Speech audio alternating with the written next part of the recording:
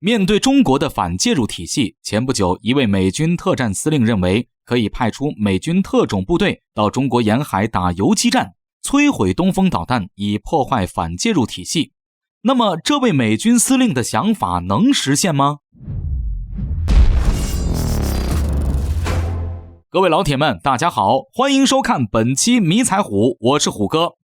自从我国成功建立了反介入区域拒止体系之后，美军在面对中国的时候就开始头疼不已。原本美国借助第一、第二岛链的大量军事基地，再加上美国海军的绝对规模，面对解放军建立了强大的海空优势。但是自从这一套反介入体系建成之后，尤其是作为打击手段的东风系列反舰弹道导弹以及高超音速导弹，让美军想要拦截都束手无策。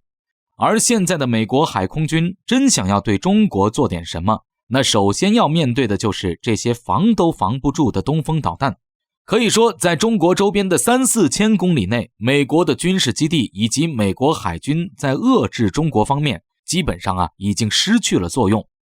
美国目前也很着急，为了突破这一套反介入体系，那是什么法子都试过了。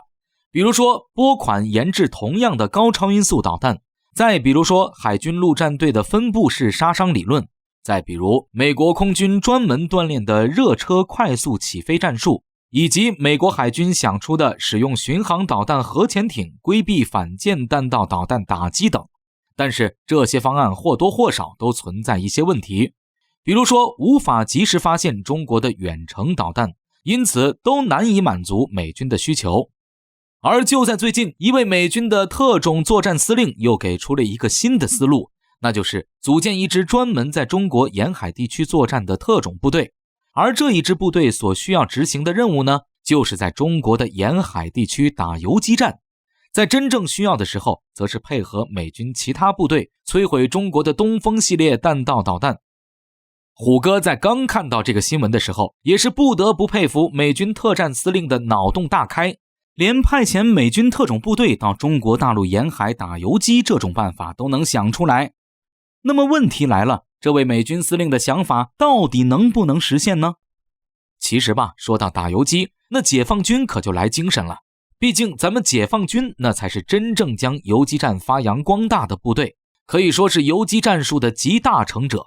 当年在越南战争的时候，我军就派遣了不少军事顾问到越南，指导越南游击队怎样避开美军的强大火力和美军打游击。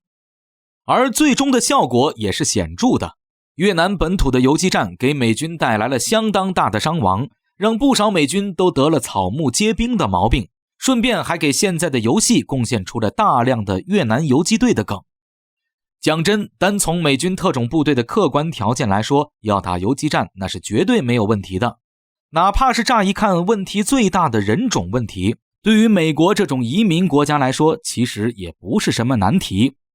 美国内部有大量的华裔人群，其中会说汉语的也不在少数，真要是有需求，征兵那也是能征到的。实际上，美军真想在中国沿海地区打游击战，最大的问题还是在群众基础上。真正成功的游击战术其实都需要在当地有广泛的群众基础，这一点不管是当年的越南战争，甚至再往前的抗日战争中都是如此。甚至于美军在阿富汗的战争和美军打游击的塔利班在当地，那也是有着广泛的群众基础的。毕竟这种游击战同样也需要后勤保障，如果没有群众的支持，那也是打不起来。而美军想要在中国沿海打游击，群众基础显然是不用想了。这也就意味着这些美军士兵几乎没有后勤保障能力，并且中国也不是美国，我们严格实行禁枪制度，哪怕美军特种部队想要因粮于敌，那也没戏，更不可能在本地搞到弹药。更不用说我国的东风导弹阵地，那可都在荒郊野岭的地方。这种地方美军特种部队想要靠近，那可就太扎眼了。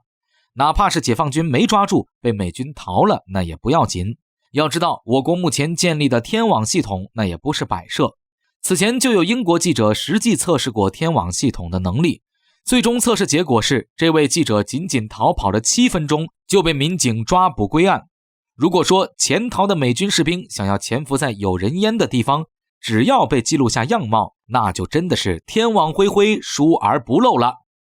因此总的来说，这位美军特战司令的想法倒是很胆大，只是可惜这一套遇到了游击战的老祖宗，那是基本上没什么实现的可行性的，纯粹就是送人头的行为。